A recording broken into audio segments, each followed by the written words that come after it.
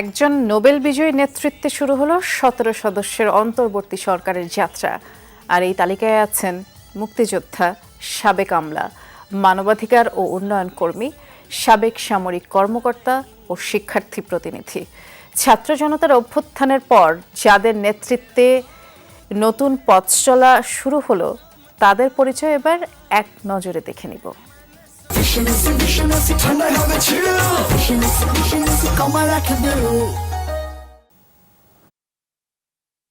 অন্তর্বর্তীকালীন সরকারের প্রধান উপদেষ্টা ডক্টর মোহাম্মদ ইউনূস ছাড়াও এই সরকারে আছেন বাংলাদেশ ব্যাংকের সাবেক গভর্নর ডক্টর সালেহউদ্দিন আহমেদ। ৩ যুগেরও বেশি সময় আর্থিক খাতের সংস্কার নিয়ে যিনি সোচ্চার। আছেন ঢাকা বিশ্ববিদ্যালয়ের আইন বিভাগের শিক্ষক ডক্টর আসিফ নজরুল। ছাত্র জনতার এই অভ্যুত্থানে সামনে থেকে ভূমিকা রেখেছেন ডক্টর নজরুল।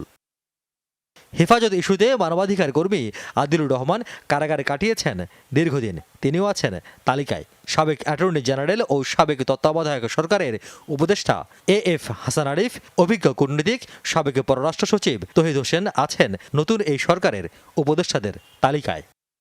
দীর্ঘদিন পরিবেশ নিয়ে আন্দোলন করা পরিবেশবিদ আইনজীবী সমিতির প্রধান নির্বাহী সৈয়দা রেজওয়ানা হাসান, সাবেক নির্বাচন কমিশনার ও সেনা কর্মকর্তা brigadier general doctor M Shakhawat Hossain ও সাবেক রাষ্ট্রদূত সুপ্রদীপ চাকমা। বেসরকারি উন্নয়ন সংস্থা উবিনিগের নির্বাহী পরিচালক ফরিদা আক্তার।